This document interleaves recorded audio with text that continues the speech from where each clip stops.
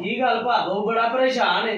ओ यार चाचे दे मुंडे दा ब्याह आ गया, स्यापा बन गया साडे वास्ते। ਉਹ ਕਾਹਦਾ ਸਿਆਪਾ ਬਣ ਗਈ?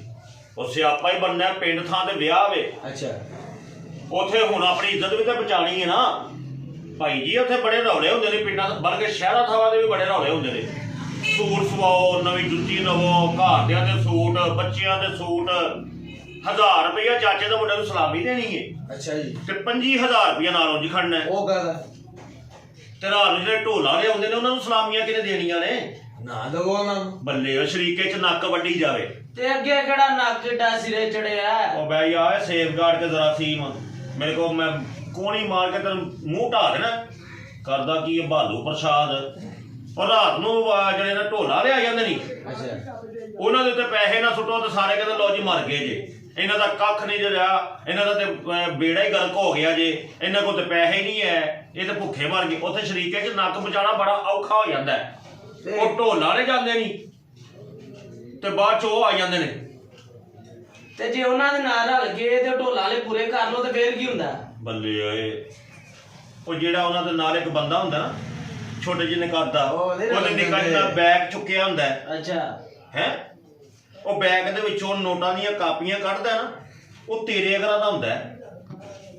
ਤੈਨੂੰ ਸ਼ਰਮ ਹੀ ਨਹੀਂ ਆਉਂਦੀ ਗੱਲ ਕਰਨ ਲੱਗਿਆ? ਮਾਮਾ ਉਹਨਾਂ ਦੇ ਪੈਸੇ ਵੀ ਸੁੱਟਣੇ ਪੈਂਦੇ ਨੇ। ਉੱਥੇ ਚਾਚਿਆਂ ਤਾਇਆਂ ਦੇ ਫੁੱਫੀਆਂ ਦੇ ਮਾਮਿਆਂ ਦੇ ਸਾਰਿਆਂ ਦੇ ਬੱਚੇ ਬੈਠੇ ਹੁੰਦੇ ਨੇ। ਹਾਂਜੀ ਨੱਕ ਨਹੀਂ ਰਹਿੰਦੀ, ਨੱਕ ਨਹੀਂ ਰਹਿੰਦੀ। ਲੱਕ ਦਾ ਭਾਵੇਂ ਬੇੜਾ ਗਰਕ ਹੋ ਜਾਏ, ਨੱਕ ਰਹਿਣੀ ਚਾਹੀਦੀ। ਨੱਕ ਰਹਿਣੀ ਚਾਹੀਦੀ ਹੈ। ਲੋ ਜੀ ਉਹਨਾਂ ਨੂੰ ਰਾਤ ਨੂੰ ਪੈਸੇ ਦਵੋ ਤੇ ਸਵੇਰੇ ਆ ਜਾਂਦੇ ਨੇ ਵਾਜਿਆਂ ਵਾਲੇ। ਅੱਛਾ ਜੀ। ਆ ਬੜਾ ਤਰ੍ਹਾਂ ਵੱਡੇ ਵਾਜੇ ਅਗਰਾਂ ਦਾ ਮੂੰਹ ਹੈ। ਉਹ ਜਿਹੜਾ ਏਡਾ ਮੂੰਹ ਨਹੀਂ ਹੁੰਦਾ ਜਿਹੜਾ ਅੱਜ ਕੱਲ੍ਹ ਲਵੇਟਿਆ ਹੁੰਦਾ, ਇੰਜ ਕਰਕੇ ਇੱਕ ਚੁੱਕਦਾ ਜਿਹੜੀ ਉਹਦੇ ਤੋਂ ਬੜਾ ਹੱਥ ਆਇਆ ਸੀ। ਨਿੱਕੇ ਨਿੱਕੇ ਹੁੰਦੇ ਹਾਂ ਅੱਛਾ ਅਸੀਂ ਗਏ ਮਰੀਜ਼ ਕੇ ਪਿੰਡ ਵਿਆਹ ਤੇ। ਤੇ ਵੱਡਿਆ ਹੋ ਕੇ ਕਿਹੜਾ ਭਾਰ ਢਾ ਲਿਆ ਤੁਸੀਂ?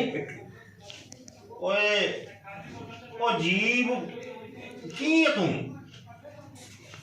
ਕਦੀ ਖਾਲੀ ਗਰੀਬ ਦੀ ਜੇਬ ਵੇਖੀ? ਨਹੀਂ।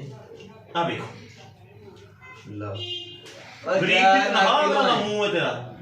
ਅਸੀਂ ਗਏ ਵਿਆਹ ਤੇ, ਉਹ ਬਾਜੀ ਵਾਲੇ ਨੂੰ ਅਸੀਂ ਛੇੜ ਬੈਠੇ, ਉਹਨੇ ਸਾਨੂੰ ਕੱਢੀਆਂ ਗਾਲਾਂ। ਉਹ ਕਾਹਦੇ ਤੋਂ? ਉਹ ਬਸ ਕੋਈ ਗੱਲ ਹੀ ਐਸੀ ਕਰਤੀ ਨਾ। ਅੱਛਾ ਅੱਛਾ ਅੱਛਾ। ਉਹਨਾਂ ਨੂੰ ਅਸੀਂ ਕਹਿ ਬੈਠੇ ਚੌਲਾਂ ਦੇ ਵੈਰੀ। ਹਾਂ ਤੇ ਫਿਰ ਤਾਂ ਮੈਂ ਕੱਢਣੇ ਆ ਸੰਦੇ। ਉਹਨੇ ਫਿਰ ਸਾਨੂੰ ਅੱਗੋਂ ਪਤਾ ਕੀ ਕਿਹਾ, ਕਹਿੰਦਾ ਅੱਜ ਇਹਦੀ ਵਾਰੀ, ਕੱਲ ਤੇਰੀ ਭੈਣ ਦੀ ਵਾਰੀ।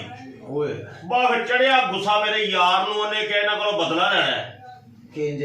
ਉਹ ਜਨਾਬ ਇਧਰੋਂ ਲਾੜਾ ਤਿਆਰ ਹੋਇਆ, ਹਾਂ ਉਹਦੇ ਇੱਕ ਲੜੀ ਵਾਲਾ ਸਿਹਰਾ ਬੰਨ੍ਹਦੇ ਹਨ। ਅੱਛਾ ਹਾਂਜੀ ਲਾੜੇ ਨੂੰ ਉਹ ਬੜਾ ਲਾਂਤਾ ਪਾਣ ਵਾਲਾ ਖੁੱਸਾ ਜਿਹੜਾ ਲਾੜੇ ਨੇ ਪਾਇਆ ਹੁੰਦਾ ਸੀ, ਉਹ ਨੋਕ ਵਾਲਾ।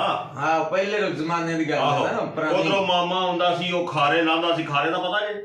ਨਹੀਂ ਖਾਰੇ ਦਾ ਦੱਸੋ। ਉਹ ਇੱਥੇ ਗੱਲਾਂ ਕਰਦੇ ਪਏ, ਪਿੱਛੋਂ ਮੀਟਰ ਲਾ ਕੇ ਲੈ ਗਏ ਜੇ। ਲਾਉਣ ਦੇ ਮੀਟਰ ਉਹ ਕਨਾਲੀਆਂ ਹੁੰਦੀਆਂ ਹਾਂ 5-7, ਉਹਨੇ ਤੇ ਲਾੜਾ ਛਾਲ ਮਾਰਦਾ ਸੀ ਠਾ ਕਰਕੇ। ਅੱਛਾ ਜੀ। ਉਹ ਜਿਹੜੀਆਂ ਮਿੱਟੀ ਦੀਆਂ ਮਿੱਟੀ ਦੀਆਂ ਕਨਾਲੀਆਂ ਹੁੰਦੀਆਂ ਹਨ। ਉਥੋਂ ਫਿਰ ਮਾਮਾ ਚੁੱਕ ਕੇ ਤੇ ਉਹਨੂੰ ਘੋੜੀ ਤੇ ਬਿਠਾਉਂਦਾ ਸੀ। ਘੋੜੀ ਤੇ ਲਾੜਾ ਬਹਿੰਦਾ ਸੀ, ਘੋੜੀ ਦਾ ਹਾਸਾ ਨਿਕਲ ਜਾਂਦਾ ਸੀ।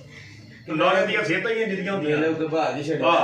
ਹਾਸਾ ਤਾਂ ਨਿਕਲਣਾ। ਉਹ ਜਨਾਬ ਲਾੜਾ ਛੜਾ ਤਿਆਰ ਹੋ ਕੇ ਸਾਹਮਣੇ ਆਇਆ, ਸਾਰੇ ਜਿਹੜੇ ਇਹਨਾਂ ਖਲੋਤੇ ਨੇ। ਅੱਛਾ ਆਹ 3-4 ਮੁੰਡਿਆਂ ਨੇ ਕੀ ਕੀਤਾ ਕਿ ਰੁਪਈਆ ਬੜਾ ਹੁੰਦਾ ਸੀ ਉਦੋਂ ਠੀਪੇ ਸੁੱਟ ਦਿੰਦੇ ਹਨ ਨਾ। ਉਹ ਬਾਬਾ ਮੋਟੋ ਮਾਰ। ਆਹੋ ਉਹ ਬਾਬੇ ਨੇ ਥੈਲਾ ਪਾਇਆ ਔਰ ਐਨਕ ਤੇ ਮੋਟ ਚ ਠੀਪੇ ਬਾਰੇ ਕਈਆਂ ਦੀ ਅੱਖ ਤੇ ਵੱਜਣਾ, ਹਾਂਜੀ ਕਈਆਂ ਦੇ ਸਿਰੇ 'ਚ ਵੱਜਣਾ।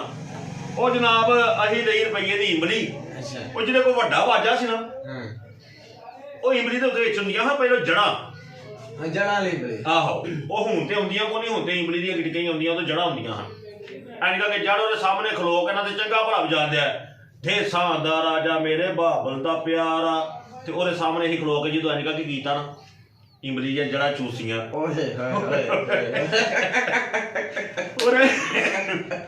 ਉਹਦੇ ਮੂੰਹ 'ਚ ਪਾਣੀ ਆ ਗਿਆ। ਉਹ ਕਰਨ ਡਿਆ ਬਾਜੇ ਰਿਓ ਤੇ ਰਹਿ ਗਏ ਨੇ। ਯਾਰ ਇਹ ਕਿੰਨੀ ਪੁਰਾਣੀ ਗੱਲ ਸੁਣਾਉਂਦੇ ਹੋ? ਓਏ ਤੇਰੇ ਅੱਬੇ ਦੇ ਜੰਮਣ ਤੋਂ ਪਹਿਲਾਂ ਦੀ ਏ। ਤੁਹਾਡੀ ਉਮਰ ਕਿੰਨੀ ਹੈ? ਮੇਰੀ ਹੈ ਕੋਈ 47 ਕੁ ਸਾਲ। ਆ ਤੇ ਮੇਰੇ ਅੱਬੇ ਦੀ 65 ਸਾਲ ਹੀ। ਉਹ ਸਨ 65 ਦੀ ਜੰਗ 'ਚ ਕਿਉਂ ਨਹੀਂ ਮਰਿਆ ਉਹ? ਨਹੀਂ ਉਹ ਹੁਣ ਆ ਕੇ ਸਾਲ ਹੋਇਆ ਮਰਿਆ। ਅੱਛਾ ਉਹ ਫਿਰ ਤੈਨੂੰ ਜੰਮ ਕੇ ਮਰ ਗਿਆ ਹੋਣਾ ਕਿ ਮੈਂ ਕੀ ਜੰਮ ਬੈਠਾ ਵਾਂ। ਹੀਰਾ ਹੀਰਾ ਕਿਹੜਾ ਹੈ? ਵੇਖਾਂ ਬੇਟਾ ਹੀਰਾ ਇਹਨੂੰ ਚੱਟ ਕੇ ਤੇ ਮਰਿਆ ਉਹਨੇ। ਇੱਕ ਦਿਨ ਕਿਹਾ ਇਹਨੂੰ ਚੱਟ ਕੇ ਮਰਿਆ। ਹੋਰ ਅੱਲਾ ਦੇ ਬੰਦੇ, ਉਹਦੀ ਉਮਰ ਹੀ ਬਹੁਤ ਜ਼ਿਆਦਾ ਹੋ ਗਈ। ਕਿਹੜੀ? ਅੱਬੇ ਮੇਰੇ ਦੀ। ਕਿੰਨੇ 100 ਸਾਲ ਦਾ ਹੋ ਕੇ ਮਰਿਆ ਜੀ? ਕਿੰਨੇ 100 ਸਾਲ ਦਾ ਨਹੀਂ, ਖਾਲੀ 65 ਸਾਲ ਦਾ। ਬਸ ਨਹੀਂ ਹੋਰ ਕਹਿ ਦਿਆ ਤੁਮ ਤਾਂ ਵੀ ਅੱਗੇ ਲੰਘ ਜੇ ਜਦੋਂ ਹੋਇਆ ਨਾ ਤੇ ਦਾਈ ਕਹਿੰਦੀ ਮੈਂ 3000 ਰੁਪਇਆ ਲੈਣਾ ਹੈ। ਇਹਦੇ ਅੱਬੇ ਨੇ ਉਹਦਾ ਮੂੰਹ ਵੇਖ ਕੇ ਕਿਹਾ ਕਿ 3000 ਵਾਲਾ ਕੰਮ ਹੈ ਵੇ ਅਜਾ ਕੋਈ 150-200 ਲੈਣੀ ਲੈ ਤੇ ਨਿਕਲ। ਰੁਪਈਏ 35 ਦੇ ਕੇ ਗੱਲ ਮੁੱਕੀ ਫਿਰ। ਹਾਂਜੀ ਅੱਛਾ ਜੀ। ਉਹ ਜਨਾਬ ਫਿਰ ਵਾਜੇ ਵਾਲੇ ਦੇ ਸਾਹਮਣੇ ਸਾਨੂੰ ਫਿਰ ਲਾੜੇ ਦੇ ਪਿਓ ਨੇ ਕੁੱਟਿਆ। ਉਹਨੇ ਕਿਹਾ ਖੋਤੀ ਦਿਓ ਪੁੱਤਰੋ ਤੁਸੀਂ ਸਾਰੇ ਮੂਡ ਦਾ ਬੇੜਾ ਗਰਕ ਕਰਨ ਦੇ ਹੋ। ਉਹ ਫਿਰ ਜਿੱਧਰ ਅਸੀਂ ਗਏ ਆ ਨਾ ਉਹ ਵਾਜੇ ਵਾਲੇ ਨੇ ਧਿਆਨ ਸਾਡੇ ਵੱਲ ਕੀਤਾ ਕਿ ਕਿਧਰੇ ਉਹ ਫੇਰ ਤਾਂ ਨਹੀਂ ਵੇਖਣ ਲੱਗੇ। ਫੇਰ ਕਹਿੰਦੇ ਇੰਬਲੀ ਆ ਗਈ। ਬੜੇ ਸ਼ੁਗਰ ਹੁੰਦੇ ਹਨ ਹੁਣ ਤੇ ਜਨਾਬ ਕਦੀ ਮੌਜਾਂ ਹੁੰਦੀਆਂ ਹਨ ਪੂਰੀਆਂ। ਓਏ ਤੂੰ ਵੀ ਕੋ ਹੱਸ ਹੁਸ ਲਿਆ ਕਰ ਤੇ ਹੁਣ ਮੋਜਾਂ ਮੁੱਕ ਗਈਆਂ ਨੇ। ਮੈਂ ਇਹ ਵੇਖਣ ਦਿਆ ਟੋਟਲ ਉਮਰ 28 ਸਾਲ ਹੈ ਕਿਹੜੀ ਤੇ ਗੱਲਾਂ 1955 ਦੀਆਂ। ਉਹ 47 ਸਾਲ ਉਮਰ ਓਏ 47 ਸਾਲ ਐਂ ਕਿੰਜ ਮੰਨੀ ਹੈ 47 ਸਾਲ ਨਾ ਮਨ ਮੈਂ ਤੈਨੂੰ ਸ਼ਨਾਤੀ ਕਾਰਡ ਵਹਾ ਦੇਵਾਂਗਾ ਆਪਣਾ। ਨਹੀਂ 14 ਅਗਸਤ ਆਏ ਕਿਤੇ ਆਪੀ ਪਤਾ ਲੱਗ ਜਾਣਾ। 14 ਅਗਸਤ 1947 ਆਹੋ ਲੈ ਅੱਲਾ ਦੇ ਬੰਦੇ ਆ। ਉਹ 1904 ਦੇ ਵੈਰੀ ਗੁੱਡ ਵੈਰੀ ਗੁੱਡ। 47 ਸਾਲ ਮੇਰੀ ਉਮਰ ਤੁਹਾਡਾ ਬਣਦਾ ਤੁਹਾਡਾ ਬਣਦਾ। ਹਾਂ 14 ਅਗਸਤ ਤੇ ਵੀ ਸਲੈਂਸਰ ਕੱਢ ਕੇ ਜਿਹੜੀਆਂ ਨਾ ਬੈਟਰੀਆਂ ਬੋਟੀਆਂ ਮੋਟਰਸਾਈਕਲ ਦੀ ਸਲੈਂਸਰ ਕੱਢ ਕੇ ਚਲਾਉਂਦੇ ਨੇ ਬਈ ਗਲਤ ਕਰਦੇ। ਹਾਂ ਹੁੰਦੀ ਹੈ। ਆਜ਼ਾਦੀ ਇੰਨੀ ਤਰੀ ਸਾਨੂੰ ਮਿਲੀ। ਆਜ਼ਾਦੀ ਬੜੀ ਮੁਸ਼ਕਲ ਨਾਲ ਮਿਲੀ ਏ। ਬੜੀਆਂ ਕੁਰਬਾਨੀਆਂ ਦੇ ਕੇ ਆਜ਼ਾਦੀ ਹਾਸਲ ਕੀਤੀ ਏ। ਹਾਂਜੀ ਬੜੀਆਂ ਜੀਆਂ ਔਰਤਾਂ ਜਿਹੜੀਆਂ ਸ਼ਹੀਦ ਹੋਈਆਂ, ਮਰਦ ਸ਼ਹੀਦ ਹੋਏ, ਬੱਚੇ ਸ਼ਹੀਦ ਹੋਏ, ਬੜੀਆਂ ਜੀਆਂ ਇੱਜ਼ਤਾਂ ਲੁੱਟੀਆਂ ਗਈਆਂ ਤੇ ਅਸੀਂ ਲੋਕ ਆਜ਼ਾਦੀ ਨੂੰ ਬਿਲਕੁਲ ਹਾਸੇ 'ਚ ਉਡਾਉਂਦੇ ਆ। ਹਾਲਾਂਕਿ ਉਹ ਹਾਸੇ ਵਾਲਾ ਦਿਨ ਨਹੀਂ, ਉਹ ਬੜਾ ਸੋਗ ਵਾਲਾ ਦਿਨ ਹੈ ਤੇ ਬੜਾ ਸੋਚਣ ਸਮਝਣ ਵਾਲਾ ਦਿਨ ਹੈ ਕਿ ਅਸੀਂ ਇਹ ਆਜ਼ਾਦੀ ਕਿਉਂ ਹਾਸਲ ਕੀਤੀ ਸੀ। ਮਗਰ ਚੰਦ ਅਸੀਂ ਆਜ਼ਾਦੀ ਹਾਸਲ ਕਰ ਤਾਂ ਲਈਏ, ਚੰਦ ਸਾਲ ਸਾਡੇ ਆਜ਼ਾਦੀ ਦੇ ਗੁਜ਼ਰੇ। ਉਸ ਤੋਂ ਬਾਅਦ ਸਾਡੇ ਹੁਕਮਰਾਨਾਂ ਨੇ ਸਾਨੂੰ ਫੇਰ ਬਾਹਰ ਵੇਚ ਦਿੱਤਾ। ਅਸੀਂ ਅੱਜ ਫੇਰ ਗੁਲਾਮ ਦੇ ਗੁਲਾਮ ਆ ਤੇ ਇੰਜ ਹੀ ਰਹਿਣਾ ਵੀ ਇੰਜ ਹੀ। ਹਾਂ ਤੇ ਬਾਕੀ ਰਹਿ ਗਈ ਅਸੀਂ ਕੈਸੀ ਗੱਲ ਏ ਆਸਫ ਸਾਹਿਬ ਕਿ ਜਿਹੜਾ ਜੰਮਦਾ ਬੱਚਾ ਹੈ ਉਹ ਵੀ 5-5.5 ਲੱਖ ਰੁਪਏ ਦਾ ਕਰਜ਼ਾਈ ਏ।